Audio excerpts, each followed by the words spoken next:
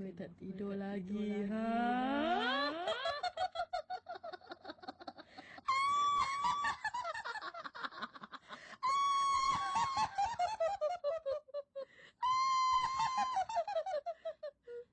They say you can hear the canyon breathe if you stay long enough. It doesn't happen right away, not in the clamor of tourist buses or the shuffle of hiking boots. No, it only begins when the sun slips low behind the sandstone spires and Zion turns quiet, ancient again. That's when the wind changes and the rocks begin to whisper. My name doesn't matter much, never did. I'm just a ranger, a seasonal guide, one of those folks who gets paid to count deer, clear trailheads, and explain what a hoodoo is to people from out of state. Zion National Park had always been a place of peace for me.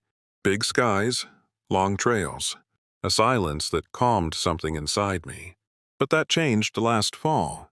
It started near Echo Canyon, not far from the observation point trail. A narrow slot of rock that narrows in so tight it squeezes sound into something strange. That day had been like any other. Dry, cloudless, the air sharp with juniper and dust. I was out clearing debris from a recent storm, just routine work, when I paused to drink from my canteen. And I heard it. It wasn't a bird, wasn't the breeze through the sagebrush. It was softer, higher, like someone exhaling a name into the stone. My name. At first, I thought it was just canyon acoustics. You'd be surprised how easily wind can trick the ear out here. But then it happened again. Clearer, closer. A whisper, drawn from the red walls themselves, calling out to me like it had known me for a long, long time. I laughed it off, told myself I was tired. But something about the sound clung to me long after I hiked back down the ridge. That night, I dreamed of standing barefoot in the wash. No wind, no sky, just silence, until I heard the whisper again. Louder this time, from behind me. I didn't look. The next morning, I went back. Not for work, not officially. I told myself it was curiosity. Maybe a trapped animal, a strange airflow, some fluke of physics. But I brought a notebook. A voice recorder, too. As I made my way through the narrowing canyon, the air shifted again. The wind died, not gradually, but all at once. The kind of stillness that makes the hairs on your arms stand up. And then I found it. It wasn't large, no bigger than a loaf of bread. A flat, unmarked stone half buried in the red dirt, surrounded by dried roots and old footprints that didn't match my boots. The stone had carvings, but they weren't letters. Symbols. Etched deep, but worn with age spirals, lines, a jagged shape like an open mouth. I touched it. Immediately the air around me thickened like I'd stepped into warm water. My ears popped. A pressure built behind my eyes. And somewhere, just beyond my sight, I swear I saw movement. A flicker of white cloth slipping behind a rock. I called out. No answer. Just the wind returning and the soft whisper again, curling around the stone like smoke. You came back. That was the moment I knew this wasn't just a sound. This wasn't wind. Someone or something was trying to speak. I took a step back. My recorder clicked off on its own. Over the next few days, I couldn't stop thinking about that stone. I sketched it in my notebook. I looked up native symbols, old settler markings, even ancient petroglyphs from the area. Nothing matched, not exactly. I reached out to an old contact at the local museum, someone who knew Zion's quieter history. He'd never seen anything like it, but said something strange. He told me the Paiute once spoke of Echo Canyon as a place where the veil thins, where voices of the past gather. They called it the place of returning, not a grave, not a shrine, a memory. That word stayed with me. A memory. Whose memory? And why now? The canyon had always felt timeless, but in the following weeks it began to feel different, watchful. I'd wake in my cabin to find red dust on the floor, even with the doors closed. I'd find my boots moved, turned backward, and the dreams kept coming stronger now. Always the same voice, always from behind, always whispering, "Don't forget her, her." I hadn't seen her face yet, but I could feel her story pressing against the canyon walls. Waiting. Not angry, not vengeful, just waiting. like the wind carried a sorrow that never left, a wound in the rock. I knew I had to go back. Not for work, not for curiosity, for her. And so I returned to Echo Canyon this time, not alone. I brought a lantern, rope, a journal passed down through the ranger station that mentioned a name scratched faintly into its leather spine. Clara Whitmore, 1876. Someone had written beneath it in pencil, nearly faded, "Do not disturb the stone." But I already had, and the canyon was no longer sleeping. I returned to the canyon the next morning, the journal tucked beneath my arm like it was some kind of shield. The air felt heavier now, even before I reached the trailhead. It wasn't just weather. It was weight-like the canyon had become aware of me. Echo Canyon was quiet. Not the peaceful kind either. It was the silence that follows a scream. I moved slowly along the same path as before, passing the twisted junipers and stone walls that seemed just a little taller now, a little closer. The journal belonged to a ranger named William Kessler. He worked Zion in the early 1900s and wrote like a man who'd seen things he couldn't explain but didn't want to forget. He mentioned local legends, weather patterns, and then a name, Clara Whitmore. I stopped by the same stone as before, the carved one. The markings hadn't changed, but something around it had. A circle of small pebbles had been laid out in the dirt. They hadn't been there yesterday. And resting on top of the stone was a single braid of dark brown hair, tied with a red ribbon. I didn't touch it. Instead, I opened this journal and read again what Kessler had written nearly a century ago. Clara Whitmore, aged 19, disappeared near Echo Canyon in the autumn of 1876. Witnesses claim to have heard her calling for help days after she vanished. No body was found. Locals say the canyon took her. That word again. Took. Kessler wrote that on cold mornings, when the sun hadn't yet breached the cliffs, people would hear a woman crying near the wash. Soft, drawn-out sobs. And if they followed the sound, they'd find nothing. Sometimes they wouldn't come back at all. I stared at the braid again. Something about it felt sacred, like a piece of someone still holding on. I continued deeper into the canyon. The slot narrowed, shadows swallowing the trail. My boots echoed unnaturally on the stone each step, too loud, too sharp. I passed a dead juniper, its limbs twisted upward like frozen hands. Then I saw it. A small, dry wash that curved gently beneath the canyon wall. The light barely reached here. The air had changed cold and metallic, like blood on old iron. I stopped at the edge, and I saw her. She wasn't solid, more like the shape of someone remembered too long. A translucent shimmer of a young woman kneeling in the wash with her back to me. Long dress, soaked hem, hair down her back in braids that didn't move with the wind. She was humming, the same melody I'd heard in my dream. I opened my mouth, but I didn't speak. Something told me not to. The woman slowly stood. Her movements were jerky, as if learning how to stand again. And then she turned halfway, just enough for me to glimpse her profile. She had no face. Not empty, not blank. Just missing, like her face had been forgotten by time, worn away like petroglyphs under centuries of sand. And still, somehow, I knew it was her. Clara Whitmore. She stepped forward, one bare foot crunching the dry leaves. Then she stopped, raised one hand, and pointed not at me but toward the far canyon wall. A crevice, mostly hidden by brush. I felt it before I saw it. The pull. Something was waiting there. She vanished as suddenly as she'd appeared, like dust shaken from a dream.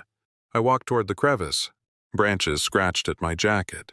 The smell of sage and stone filled my lungs. I ducked beneath a rock ledge, stepped through the narrow opening, and emerged into a hollow space. A hidden cove in the rock. There was a structure inside. Wooden beams, long decayed. A foundation of stacked stone. An old homestead, something forgotten by maps and time. A rusted pot, a single broken window frame, and a chair tipped over in the dust. I wasn't alone. A sensation crawled up my spine. Not a sound, not a sight, just presence. Like something ancient had turned its gaze on me. In the center of the room was a child's drawing, pinned to the crumbling wall with a nail. Despite the decay, it looked fresh. A stick figure of a girl with braids, standing beside a canyon cliff. and beneath it scrawled in a child's hand, "I'm still here." My throat closed. The journal trembled in my grip. I sat down on the old chair and read on. Kessler had mentioned this structure briefly, said it was once a settler's outpost, abandoned after too many nights of crying in the walls. He'd found the name Clara carved into a beam and believed she'd hidden here before vanishing. He never found her, but I had, or at least her memory. I stood, careful not to disturb anything. As I turned to leave, a sudden gust of wind burst through the crevice impossible in such an enclosed space, and I heard her again. Not a whisper this time, a clear voice, right behind me. "Find him." Then silence. No breath, no wind, just the weight of her words. Find him? Who? Someone from her past? Someone responsible? The canyon had given me a piece of the puzzle, but not the whole truth. Outside, the world had changed. The sky had turned overcast. The sandstone cliffs wept tiny trails of water, like the canyon itself had begun to grieve. I didn't hike back. I ran. When I returned to the ranger station, the braid was gone from my pack, but the ribbon remained. And that night, as I lay staring at the ceiling, the voice returned. Not in my head, not in my dream, in my ear. He never left. The following morning, I sat in the ranger station's archive room, a single desk lamp casting long shadows across maps and brittle files. I hadn't slept. Not really. Not since I'd heard her voice, soft and urgent, yet anchored with sorrow. Find him. That's what Claire Whitmore had said. I wasn't sure if I believed in ghosts, but I believed in unfinished stories, and I knew enough to recognize when a place was asking to be understood. I began digging. First, I pulled what little historical material existed about settlements within Echo Canyon. Mostly short-term outposts and crude mining attempts, all abandoned before statehood. The structure I'd found wasn't documented on any official map, but an 1875 census mentioned a man named Elias Whitmore Clara's father, a former preacher from Illinois, moved west after his wife's death, settled with his daughter near Zion. That was all it said. No mention of how or when they left. No record of burial. No mention of what might have happened in that narrow canyon hollow. But there was something else. In one yellowed folder labeled Local Incidents 1903, I found a report written by a ranger named Curtis Bowden. He'd investigated a sinkhole collapse near Echo Canyon, caused by spring flooding. His handwritten note described a partial structure uncovered beneath the canyon floor stones set deliberately, and within them, a human skeleton. No identity. No cause of death. The bones had been quietly reburied by order of a local church official. No further records. But I knew. I knew who was buried there. I needed to return. By midday, I was back at Echo Canyon. This time I brought tools, a lantern, a small spade, gloves. I wasn't sure what I was planning to do. Part of me wanted to find the truth. Part of me wanted to leave it buried forever. But her voice wouldn't let me forget. The air inside the canyon was colder than before, and oddly still. No wind, no bird song, not even the scurry of lizards. It felt paused, like the entire canyon was holding its breath. When I reached the hidden cove, the drawing was gone from the wall. But someone, or something, had left me another message.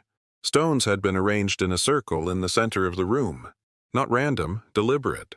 And inside that circle was a single object, a rusted locket. I picked it up carefully. Inside was a faded photo of a man stern, sharp-jawed, eyes full of burden.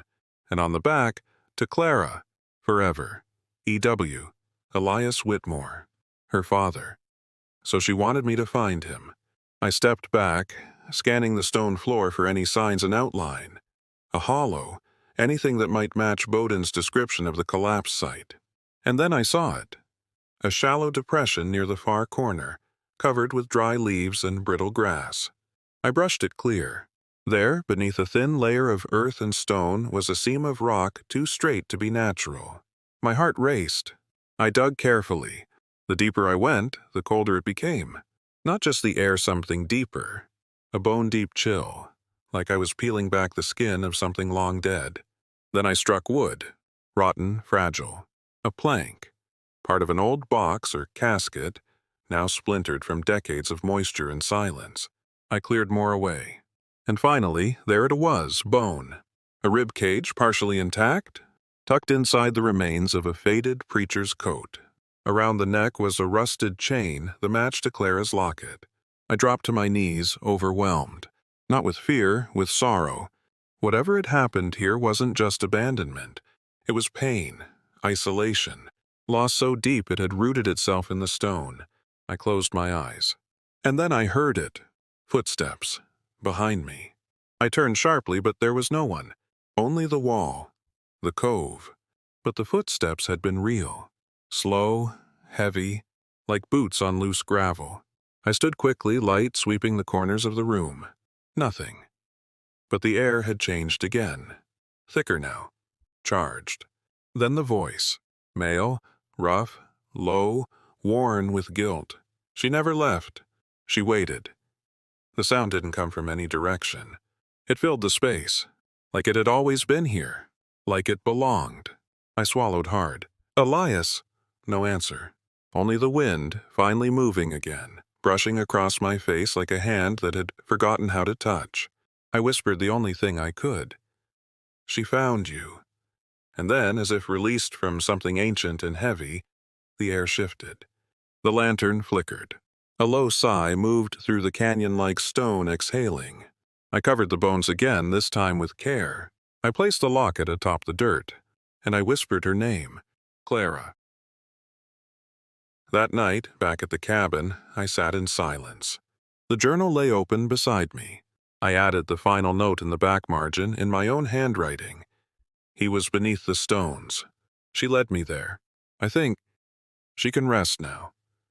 I didn't dream that night. For the first time in days, the silence of Zion was just that silence. Not mourning, not a whisper. Just peace. But stories like this don't end. They echo. They cling to stone and shadow. And sometimes, if you stand still enough in the canyon's hollow heart, you can still hear Clara humming.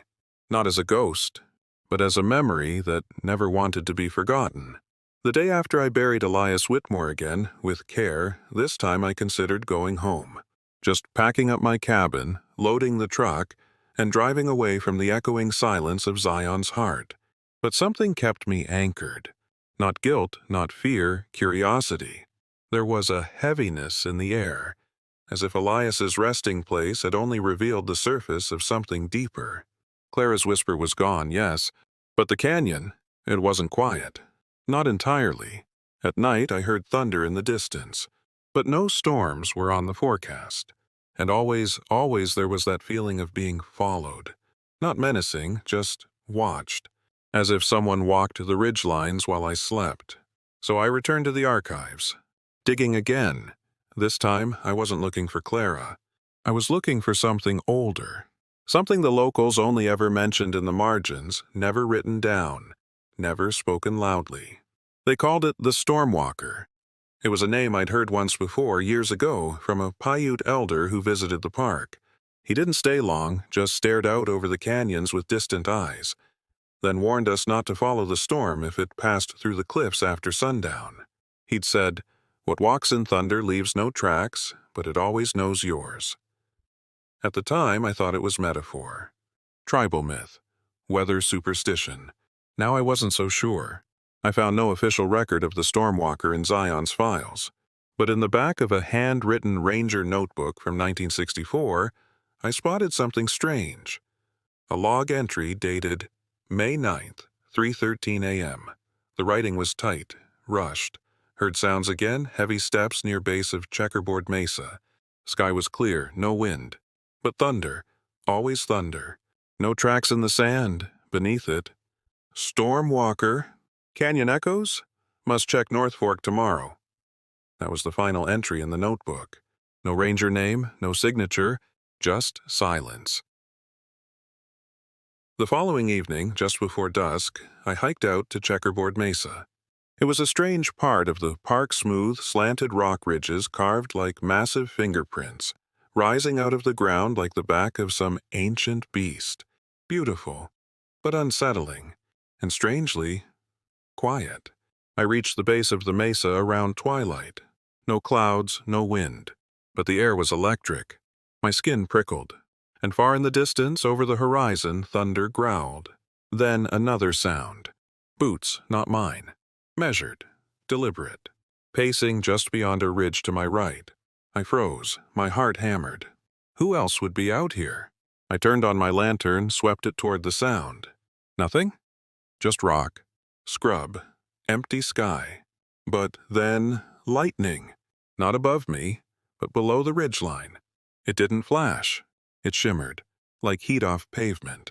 A pulse of silver blue that lit the sandstone for a fraction of a second. And in that second, I saw something. A figure. Human-shaped. Broad, standing still. No features, no face. Only an outline made of light, as if a man were carved from storm cloud and static. I blinked, and it was gone. But the air stayed charged. I backed away slowly, nearly dropping my lantern. But as I turned, something strange happened. The trail behind me was gone. No footprints, no light. Only blank, undisturbed sand. It was as if I had never walked there at all. I camped beneath an overhang that night, unwilling to hike back in the dark. I told myself it was safer, but truthfully, I just didn't want to turn my back to the open canyon. All night I heard it, the low rumble, the phantom storm, and footsteps moving slowly around my camp, never close, never far. By dawn the sound stopped, and everything looked normal again. But something had changed. I checked my bag. Everything was untouched, except my map. It was torn, not badly, but enough to matter. And circled in black ink I didn't bring with me was one spot, the Hollow of Lost Water. It was a place I'd heard about only in passing, an off-trail depression deep in Zion's less visited north section. Rangers didn't go there. It wasn't on the public maps, but some old records marked it as a seasonal spring that hadn't held water in over 80 years. If someone or something wanted me to find it, there had to be a reason. I hiked there that afternoon. The route was rough, the air stifling. By the time I reached the hollow, the sun was nearly gone, and the shadows of the cliffs stretched long across the ground. And then I saw it. Not a spring, not water, but stone carvings, dozens of them, etched into the canyon wall symbols, spirals, figures walking beneath storms. One stood out, a figure drawn with outstretched arms, lightning crackling from its chest, and no face. Beneath it, a word weathered but still legible, Watcher. I stood in awe, feeling the ancient weight of it all. This wasn't Elias. This wasn't Clara. This was older, deeper. This was what had haunted the canyon before settlers ever arrived. I turned to leave, but the sky behind me was darkening fast. A storm was coming, and as thunder rolled overhead, I understood something. The Stormwalker doesn't follow the weather. It is the weather, and it walks the canyons long after the skies have cleared. I didn't run. Not because I wasn't afraid, God knows I was, but some instinct deeper than logic rooted my boots to the canyon floor. As the first crack of thunder split the sky above the Hollow of Lost Water, I stood alone beneath those ancient petroglyphs, the stones still warm from the sun. The air was charged, thick with static, the kind of heaviness that makes your chest tighten before a lightning strike. And then I heard it again. Footsteps, not distant, not imagined. They were close this time, crunching over the dry, brittle sandstone behind me. Slow, measured, like someone or something was circling. I turned quickly. No one. But the carvings on the wall had changed. I swear they had. The figure with outstretched arms, the one I had seen etched in the stone, was gone. In its place was a blank patch of rock, as if time had scraped it clean. My pulse raced. Was this a hallucination? Was I too deep into the canyon, too long without sleep? But then came the voice. Not a whisper, not a shout, just a low murmur threaded through the wind. A language I didn't know, but understood in the marrow of my bones. It said, "He remembers." A lightning exploded across the ridge above me. The entire canyon lit up like a cathedral. For a moment I saw the sky a sickly violet, with clouds that spiraled unnaturally, as if being pulled into something ancient. And then, beneath the cliff line, he stood. The Stormwalker. Not a ghost, not a man. A silhouette of thunder and dust, 10 feet tall at least, framed in flickering bolts of light. No face, no eyes. Just motionless presence, so silent it felt like the air itself held its breath. I couldn't move. Not frozen by fear exactly, but held, as if the canyon itself demanded stillness. And slowly, the figure raised one arm, pointed to the ground between us, and vanished. Where he pointed, I found something. A rusted tin box, buried shallow beneath the sand, as if disturbed recently. I hesitated, then knelt to open it. Inside was a weathered journal, the leather half rotted, the pages barely legible. But I recognized the first name scrawled inside, Elias Whitmore. This was his original journal, the one never found, the one presumed lost when he vanished. And as I flipped through its pages, the true story began to emerge. Elias hadn't died in the flash flood, not exactly. He'd survived long enough to write, to observe, and to understand what lived in the canyon. He wrote of the Watcher, of storms that came without clouds, of voices in the cliffs and footsteps in the night. He'd discovered the hollow by accident, and once he did, he wrote, "I see things now, faces in the stone. They speak. They show me memories that aren't mine. The canyon holds grief like a basin holds rain."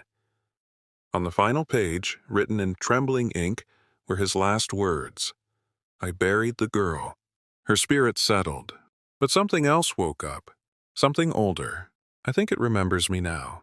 I think it remembers everyone. When I finally hiked back to my cabin, dawn was breaking. But the silence that met me wasn't comforting. It was watching. That day, I submitted a false report to the ranger station. Told them I found nothing unusual, just old carvings and eroded sandstone. I didn't want anyone else going out there. Some truths don't need more footsteps. Over the following weeks, I returned to my daily routine, checking trails, warning tourists about dehydration, reporting bear sightings that never happened. But I was different. I began to dream in thunder.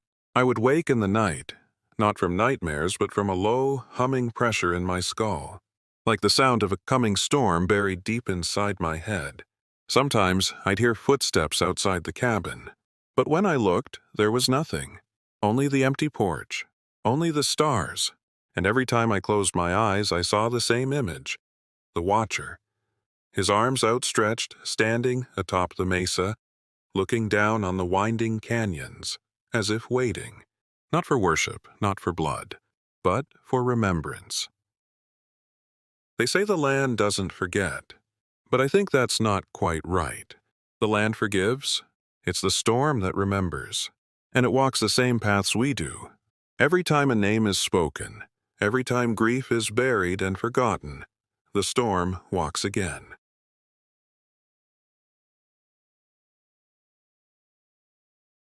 I still work at Zion. You might see me if you visit. I'll probably be wearing a name tag and smiling, telling you which trails to hike, how much water to bring, where to camp safely.